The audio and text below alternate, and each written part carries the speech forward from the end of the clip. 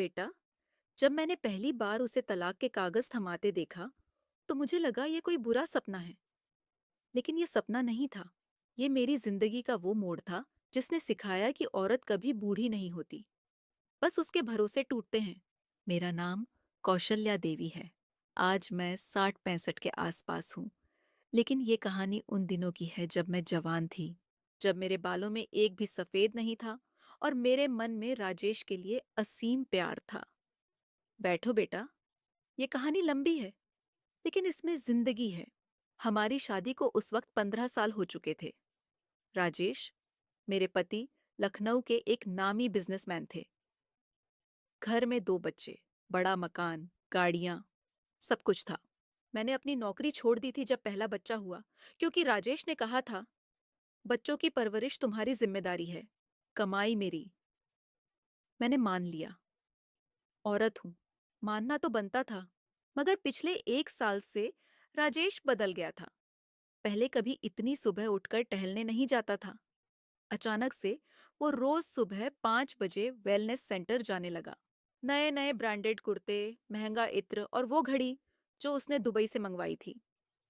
मैंने सोचा, सेहत का ध्यान रख रहे हैं, अच्छी बात है।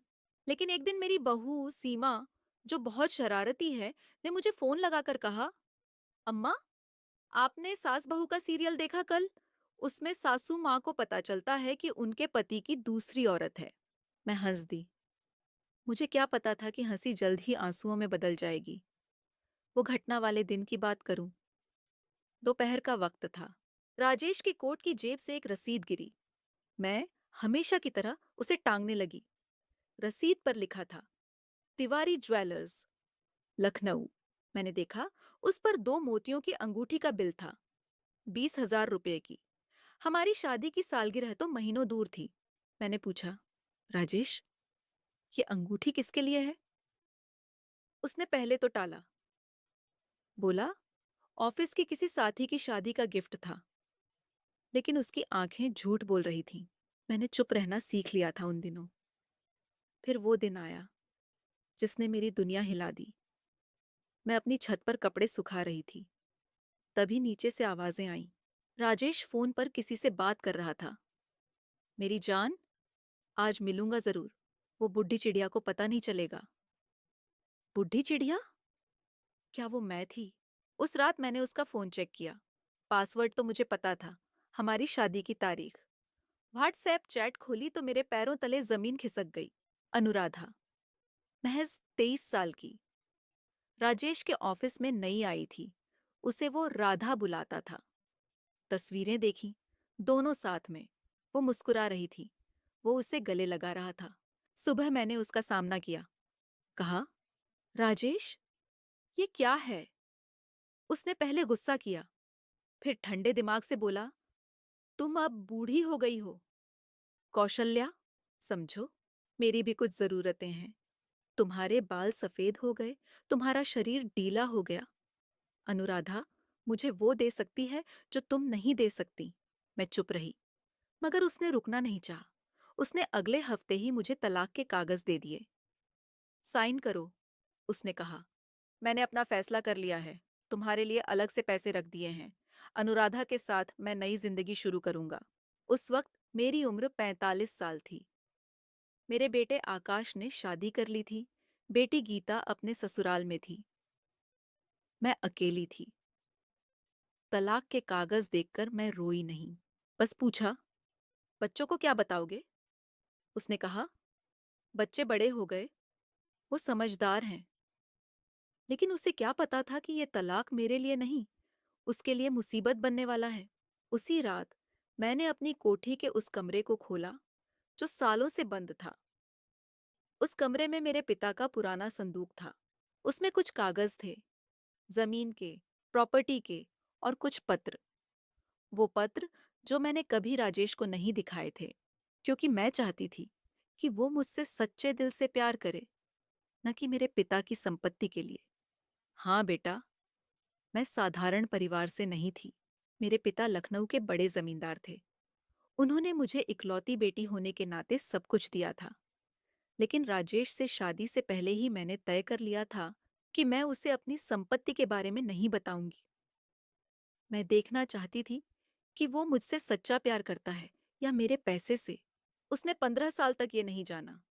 और आज जब उसने मुझे छोड़ दिया तो मैंने तय किया कि अब उसे सच्चाई पता चलनी चाहिए। अगली सुबह मैं अपने वकील के पास गई। उन्होंने मुस्कुराकर कहा, कौशल्या जी, आपके पिता ने आपके लिए जो छोड़ा है उसकी कीमत आज करोड़ों में है। राजेश को इसका कोई अंदाजा नहीं। नहीं, मैंने कहा, और अब उसे पता चलेगा। मगर किस्मत को कुछ और ही मंजूर था। उसी हफ्ते अनुराधा ने मुझे फोन किया। उसकी आवाज कांप रही थी। दीदी, उसने कहा, मैं आपसे मिलना चाहती हूँ। राजेश साहब वैसे नहीं हैं जैसे दिखते हैं। मैं हैरान रह गई। ये क्या नया नाटक था?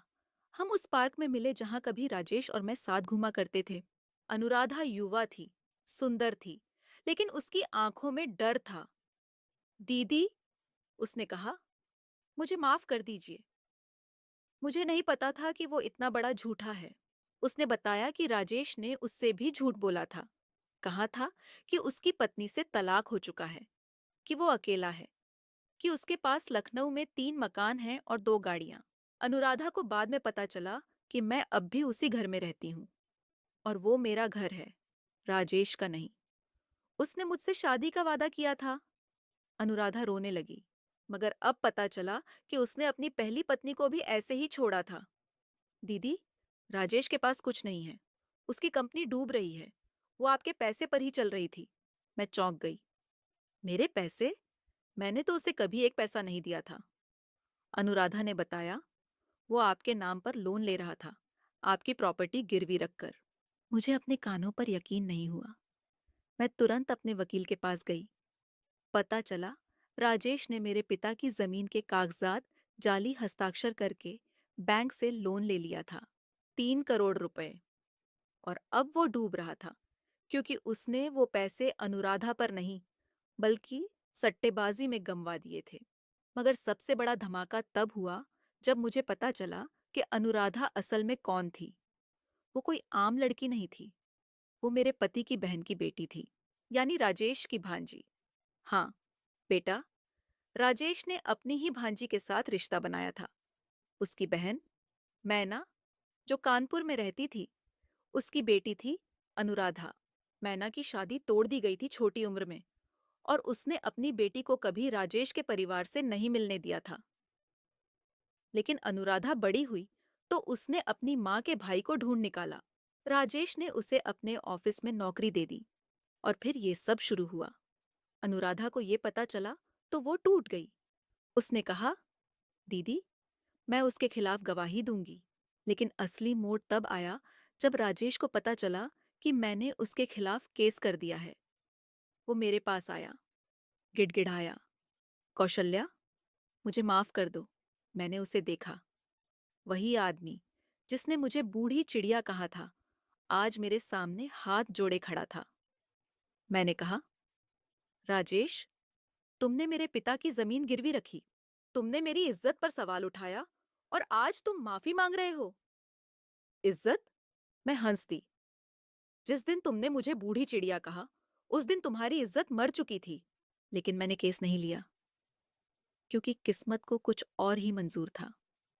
अगले ही हफ्ते राजेश का एक्सीडेंट हो गया, लखनऊ कानपुर हाईवे पर। उसकी गाड़ी एक ट्रक से टकरा गई। वो बाल बाल बचा, लेकिन उसके दोनों पैरों में फ्रैक्चर हो गया। अस्पताल में उसे अकेला छोड़ दिया गया। अनुराधा गायब हो गई।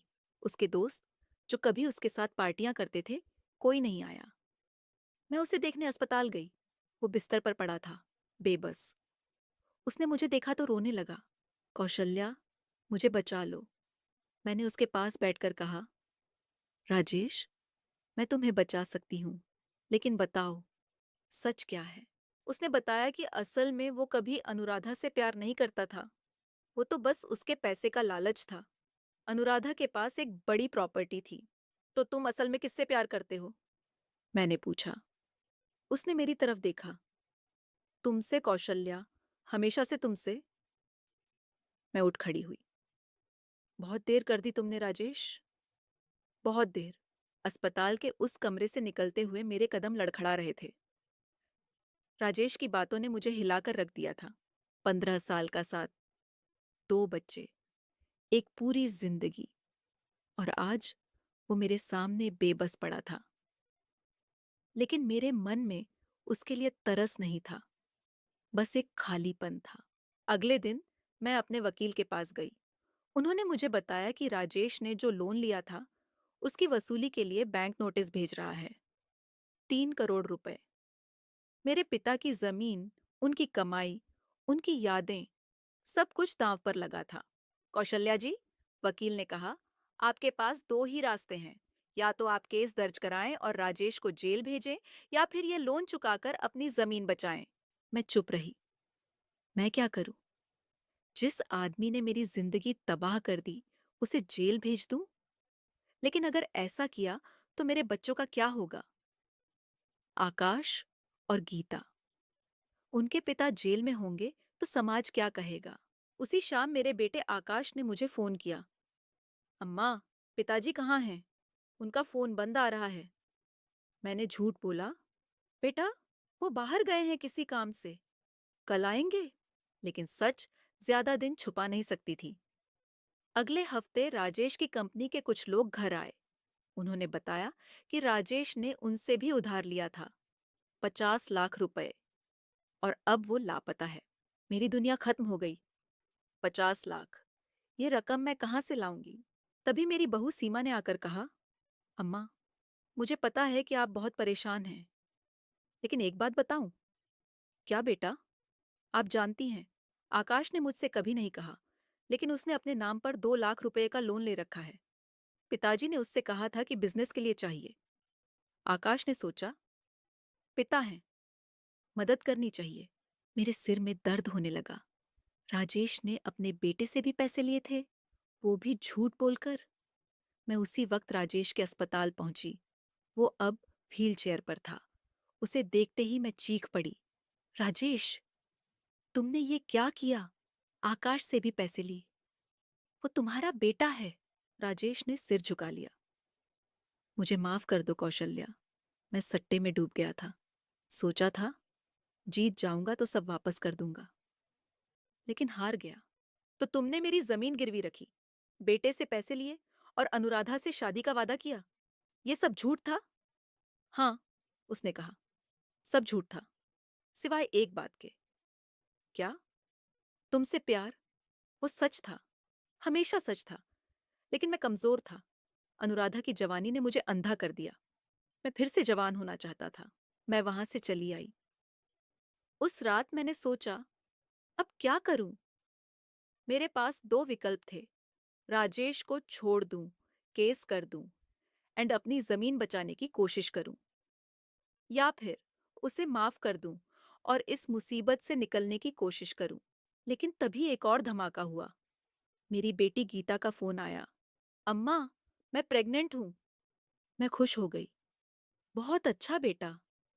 लेकिन अम्मा, उसकी आवाज रुक गई। मेरे पति ने मुझे छोड़ दिया। क्या? हाँ, उसे पता चल गया कि पापा के बिजनेस डूब रहे हैं। उसे डर है कि कहीं मुझे भी उनकी जिम्मेदारी ना उठानी पड़े। उसने कहा, मैं ऐसे परिवार से नहीं रह सकता जहां आदमी बेईमान हो। मैं सुन्न रह गई। मेरी बेटी, जो अब मां बनने वाली थी, उसका पति उसे छोड़कर चला गया था, सिर्फ इसलिए क्योंकि राजेश ने गलतियां की थीं। उसी रात मैंने फैसला किया, अब और नहीं, मैं चुप नहीं बैठूंगी। मैं अगले दिन राजेश के पास गई।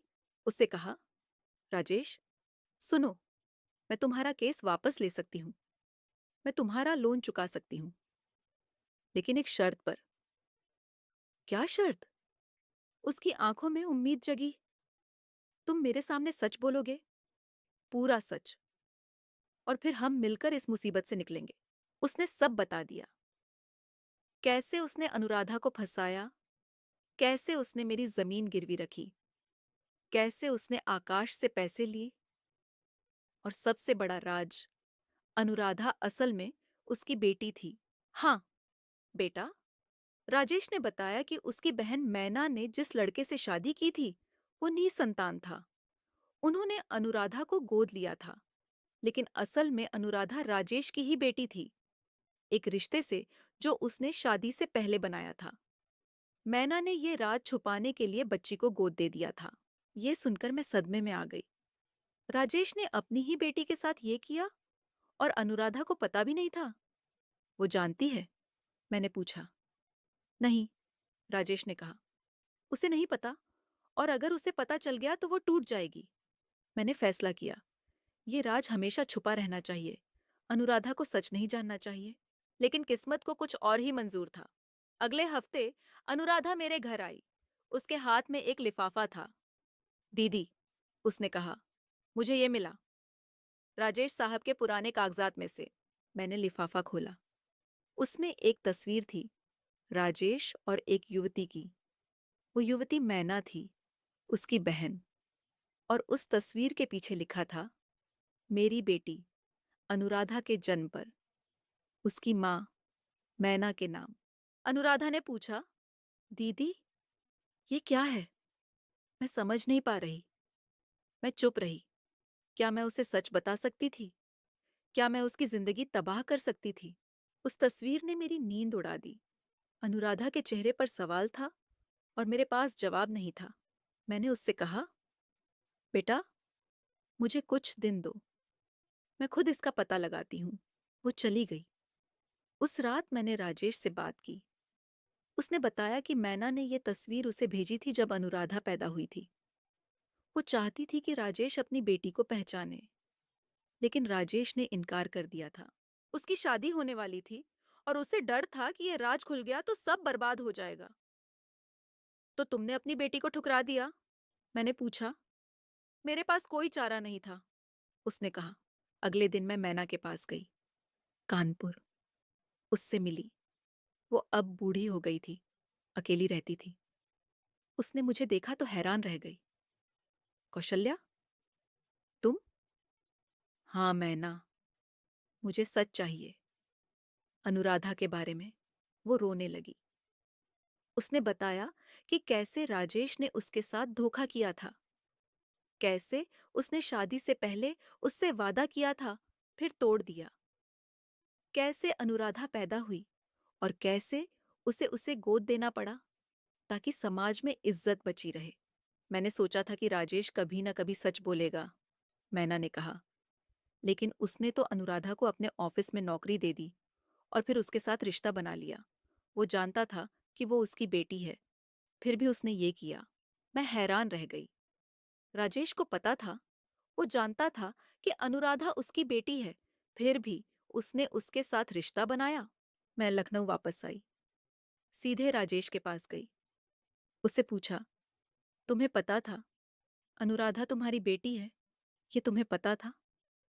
वो चुप रहा, फिर बोला, हाँ। और तुमने फिर भी उसके साथ? मैं कमजोर था, कौशल्या। उसकी जवानी ने मुझे पागल कर दिया। मैंने सोचा, कोई पहचान नहीं पाएगा। मुझे उस पर इतना गुस्सा आया कि मैं उसे मार सकती थी, लेकिन मैंने खुद को रोका। मैंने कहा, राजेश, तुमने न सिर्फ मेरे साथ धोखा किया, बल्कि अपनी बेटी के साथ भी किया। तुमसे बड़ा पापी मैंने नहीं देखा। उस रात मैंने फैसला किया, अनुराधा को सच पता चलना चाहिए, चाहे कुछ भी हो जाए। अगली सुबह मैं अनुराधा के घर गई, उसे सब बता दिया। वो सुन्न रह गई, फिर जोर से रोने लगी। मैंने उसे गले लगाया। बेटा, मुझे माफ कर दो। मैंने सोचा था कि सच छुपाना अच्छा होगा, लेकिन सच हमेशा बाहर आता है। अनुराधा ने कहा, दीदी, मैं उसे माफ नहीं कर सकती। उसने मेरी जिंदगी बर्बाद कर दी। तो अब तुम क्या करोगी? मैं उसके खिलाफ केस करूंगी। उसे सजा मिलनी चाहिए। मैंने उसे रोका। बेटा, सोच लो। वो तुम्हारा पिता है, वो मेरा पिता नहीं है, उसने कहा। वो एक शैतान है। अगले हफ्ते अनुराधा ने पुलिस में केस दर्ज करा दिया। राजेश को गिरफ्तार कर लिया गया। उसे जेल भेज दिया गया। उसकी कंपनी बिक गई। मेरी जमीन बैंक ने नीलाम कर दी। सब कुछ खत्म हो गया। मैं अकेली रह गई। मेरे बेटे आकाश ने मुझसे कहा, अम्मा, आप हमारे साथ चलो। मैंने मना कर दिया। बेटा, मुझे अकेले रहना है। मुझे खुद को ढूंढना है। आज उस घटना को 25 साल बीत गए। राजेश जेल में ही मर गया। उसे कैंसर हो गया था और इलाज के लिए पैसे नहीं थे। अनुराधा ने शादी कर ली। अब वो दुबई में रहती है। वो कभी कभार फोन करती है। मैंने उसे माफ कर दिया। आखिर वो भी तो राजेश की शिकार थी। मेरा बेटा आकाश अब बड़ा बिजनेसमैन है। उसने अपने पिता का कारोबार फिर से खड़ा किया। मेरी बेटी गीता ने दूसरी शादी की। अब वो खुश है। मैं आज इस कोठी में अकेली हूँ। राजेश की तस्वीर सामने रखी है। उसके बाद मैंने कभी दूसरी शादी नहीं की, क्योंकि मुझे लगा एक बार काफी है। लेकिन मैंने जिंदगी को रुकने नहीं दिया। मैंने एक एनजीओ खोला, बेटियों को पढ़ाया, उन्हें आत्मनिर्भर बनाया। आज मेरे एनजीओ में 100 से ज्यादा बेटियां पढ़ रही हैं। बीते हफ्ते की बात है। एक युवती मेरे पास आई। वो रो रही थी। बोली, कौशल्या दीदी, मेरे पति ने मुझे छोड़ दिया दूसरी औरत के लिए। मैं क्या करूं? मैंने उसे देखा। उसकी आंखों में वही दर्द था जो कभी मेरी आंखों में था। मैंने उसे गले लगाया और कहा, बेटी, सबसे पहले तो रोना बंद करो। ये दुनिया तुम्हारे आंसुओं की मोहताज नहीं। अब उठो और अपने पैरों पर खड़ी हो जाओ। उसने पूछा, लेकिन कैसे? मैंने मुस्कुराकर कहा, वो तुम्हें सिखाऊंगी, जैसे मैंने खुद को सिखाया। बेटा, जिंदगी में सबसे बड़ा सच यही है कि औरत को कभी किसी के सहारे की जरूरत नहीं होती। वो खुद में पूरी होती है। बस उसे खुद पर भरोसा करना आना चाहिए। आज राजेश नहीं है, लेकिन मैं हूं।